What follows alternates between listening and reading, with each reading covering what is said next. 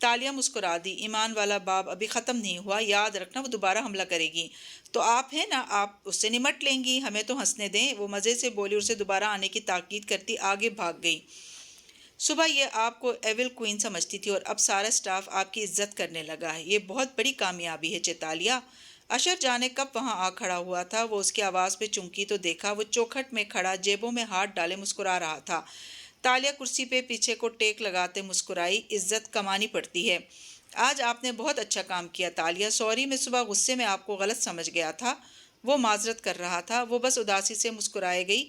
یہ الفاظ وان فاتح بھی کہہ سکتا تھا مگر نہیں، اسے اسرا کی زیادہ فکر تھی، اور یہ مسئلہ آپ کی وجہ سے نہیں ہوا۔ اشر اعتراف کرتا قریب آیا، میں نے آبنگ کو غلط مشورہ دیا کہ صوفیہ کو پبلک میں آریانہ کا ذمہ دار ٹھہرائیں۔ میں ہمدردی کا ووٹ لینا چاہتا تھا مگر یہ پلان بیک فائر کر گیا۔ اگر آپ مجھ سے مشورہ کرتے تو میں آپ کو منع کر دیتی۔ آریانہ کے واقعے کو استعمال کرنے کے دوسرے طریقے بھی ہیں۔ بہرحال ایش نے گہری سانس بھری۔ منیر کے بیوی بچے اس کا یوں نام اچھلنے سے ڈسٹرب ہوئے ہوں گے۔ ہاں مگر ہم سیاسی لوگ ہیں، ہمیں اسے ہراسمنٹ وکٹم بنانا تھا۔ پارٹی کی عزت کے لیے کسی کو تو قربانی دینی تھی۔ اس نے بے نیازی سے شانے اچکائے۔ اشر ہلکا سا مسکرایا، آپ پارٹی سے وفادار ہیں، یہ دیکھ کے اچھا لگا۔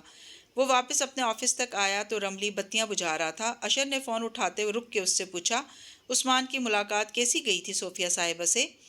اس کا کہنا تھا کہ وزیراعظم کو تالیہ مراد میں دلچسپی پیدا ہوئی تھی، یعنی وہ اس کو مشکوک گردان کہ اس کی فائل کھلوائیں گی۔ امید ہے جلد تالیہ ڈسکریڈٹ ہو کے اس آفس سے رخصت ہو جائیں گی۔ اشر کا چہرہ بجھا، ہلکا سا ہوں کہہ کے آگے بڑھا تو رملی نے چونک کے اسے دیکھا۔ سر آپ پچھتا رہے ہیں؟ نہیں تو، وہ جلدی سے بولا، ساتھ ہی ناک سے مکھی اڑائی۔ وہ جتنا تیز اڑ رہی ہے اس کے ساتھ یہی ہونا تھا، اور اگر وہ چلی جائے تو مجھے میری جگہ واپس مل جائے گی۔ فاتح آبنگ کا کمپین مینیجر ہمیشہ سے میں رہا ہوں۔ سر میں آپ کو جانتا ہوں، آپ پچھتا رہے ہیں۔ رملی پریشان ہوا۔ اشر نے گہری سانس بھری اور اپنی چیزیں سمیٹی، پھر آفس کے دروازے کی طرف بڑھتے ہوئے بولا، نہیں بس یہ سوچ رہا تھا کہ وہ پارٹی سے وفادار ہے اور ایسے لوگ قیمتی سرمایہ ہوتے ہیں۔ پھر خود کو تسلی دی، مگر خیر شاید صوفیہ رحمان کو اس کے خلاف کچھ نہ ملے۔ خود کو تسلی دی اور باہر نکل گیا۔ رملی گوں مگوسا پیچھے آیا۔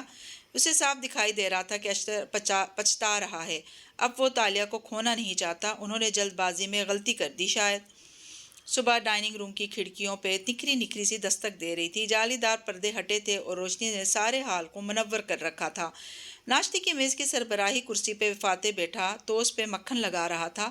سفید کلف لگی شرٹ اور ٹائی میں ملبوس وہ آفس کے لیے تیار تھا۔ ذرا کی ذرا نظر اٹھا کے کھڑکی سے باہر دیکھا، اس کی کار کے ساتھ صرف گارڈز اور ڈرائیور کھڑے تھے۔ آج تالیہ نہیں آئی تھی، البتہ ڈرائیور قمر، جس کو اس نے اپنی ترقی کے بعد فاتح کا آدھا باڈی مین بھی بنا دیا تھا، وہاں موجود تھا۔ ڈیڈ، بائیں ہاتھ بیٹھے سکندر نے سر اٹھا کے اچانک سے کہا تو مقابل بیٹھی اسرا بھی رک کے دیکھنے لگی۔ جولیانا نے بھی سر اٹھایا اور بھائی کو دیکھا۔ وہ کم کم بولتا تھا اور آج صبح ہی صبح شروع ہو گیا تھا۔ ادیب سوت کا بیٹا فاران سوت میری کلاس میں پڑھتا ہے۔ میں جانتا ہوں بیٹا، وہ مکھن کو چھری سے ٹوسٹ پہ پھیلا رہا تھا۔ وہ بہت اپسیٹ ہے ان خبروں سے، میں کیا کروں؟ جب دوست اپسیٹ ہو تو اس کو نصیحت نہیں کرتے، نہ حقیقت پسندانہ تجزیے دیتے ہیں۔ پھر کیا کرتے ہیں؟ بس خاموشی سے اس کو سن لیتے ہیں تاکہ اس کا دل ہلکا ہو جائے۔ کسی کا دل ہلکا کرنا ایک آرٹ ہے اور تمہیں وہ سیکھنا چاہیے سکندر۔ سکندر نے ناسمجھی سے بس سر ہلا دیا۔ ناشتہ ختم ہوا تو دونوں بچے اٹھ گئے۔ تھوڑی دیر بعد اسرا بھی اٹھنے لگی تو وہ جگ سے تربوز کا شربت گلاس میں انڈیلتے ہوئے بولا، ہمارے درمیان کیا آ گیا ہے اسرا؟ لہجے میں اداسی تھی۔ وہ اٹھتے اٹھتے بیٹھ گئی اور حیرت سے اسے دیکھا۔ ڈھیلے جوڑے میں بال باندھے، وہ کندھوں کے گرد شال لپیٹے، سادہ اور حیران سی لگ رہی تھی۔ کیا مطلب؟ فاتح نے اداس مسکراہٹ سے اسے دیکھا اور گھونٹ بھرا، ہمارے درمیان اتنے فاصلے کیوں آ گئے ہیں؟ ہم ایک کمرے میں نہیں رہتے، ایک میز پہ ہوں تو بات کرنا بھول جاتے ہیں۔ ویل، تمہیں لیٹ نائٹ کام کرنا ہوتا تھا اس لیے میں دوسرے کمرے میں شفٹ ہو گئی تھی۔ اور پھر آنکھیں سکوڑی، کچھ ہوا ہے کیا؟ کیا میں برا شوہر ہوں؟ اس کی آواز میں تکلیف تھی۔ اسرا دم بخود رہ گئی، پھر اس کے ہاتھ پہ اپنا ہاتھ رکھا۔ نہیں فاتح، میں تلخ ہو جاتی ہوں، لڑ پڑتی ہوں، مگر سب ایسے ہی لڑتے ہیں۔ اس کا یہ مطلب تو نہیں ہے کہ تم برے ہو۔ میں تمہیں بالکل وقت نہیں دے پاتا۔ وہ اداس سا لگتا تھا جیسے اندر سے ڈسٹرب ہو۔ ہم ایک زمانے میں لمبی واک پہ جایا کرتے تھے، یاد ہے؟ ہم کتنے عرصے سے ساتھ نہیں چلے۔ وہ ہلکا سا مسکرائی اور تھوڑی تلے ہتھیلی رکھ کے اسے دلچسپی سے دیکھنے لگی۔ تمہارے فینس جو پہنچ جاتے ہیں ہر جگہ، کیا کریں؟ فاتح ہنس دیا، ہمیں اپنے لیے وقت نکالنا چاہیے، ہمارا رشتہ زنگ آلود ہو رہا ہے۔ میرے پاس وقت ہی وقت ہے، تم نکالو تو بات بنے نا۔ اوکے، اس نے شکست تسلیم کرتے ہوئے سر ہلایا۔ سارے قصور میرے، اس لیے مداوع بھی مجھے کرنا ہوگا۔ آج لنچ بریک میں ہم لمبی واک پہ چلتے ہیں، میں تمہیں جگہ ٹیکسٹ کر دوں گا، اور آج ہم سیاست یا کام کی بالکل بات نہیں کریں گے۔ اسرا مسکرا دی۔ اتنے عرصے بعد تم پرانے فاتح لگے ہو، یہ خیال کیسے آیا؟ تالیہ، اس نے مجھے احساس دلایا کہ میں ایک برا شوہر ہوں۔ وہ اٹھتے ہوئے بولا تو اسرا کی مسکراہٹ غائب ہوئی۔ کیا مطلب؟ اس کا مطلب یہ تھا کہ مجھے ملیشیا کو بہتر بنانے سے پہلے اپنے گھر کو بہتر بنانا ہوگا۔ شاید وہ درست کہتی ہے کہ میں برا شوہر ہوں اور تم اچھی بیوی ہو۔ اسرا ہلکا سا مسکرائی۔ چلو، کسی نے تو تمہیں احساس دلایا، اور ثابت ہوا کہ تالیہ کے بارے میں میرا پہلا اندازہ درست تھا۔ وہ اچھی لڑکی ہے اور ہمارے لیے مثبت تبدیلی لائے گی۔ بولتی بہت ہے مگر۔ وہ ہلکا سا ہنس دیا تو اسرا نے بھی ہنس کے سر جھٹکا۔ میں لمبی واک کا انتظار کروں گی۔ وہ موبائل اور کوٹ اٹھائے جا رہا تھا جب اسرا نے پیچھے سے پکار کے یاد دہانی کروائی۔ اب وہ بہتر محسوس کر رہا تھا۔ جی تو کہانی گو لسنرز، آج کی ایپیسوڈ آپ کو کیسی لگی؟ امید ہے کہ پسند آئی ہوگی۔ کمنٹس میں ضرور اظہار کیجیے گا۔ چینل پر نئے ہیں تو چینل کو سبسکرائب کرنا نہ بھولیں۔ شکریہ۔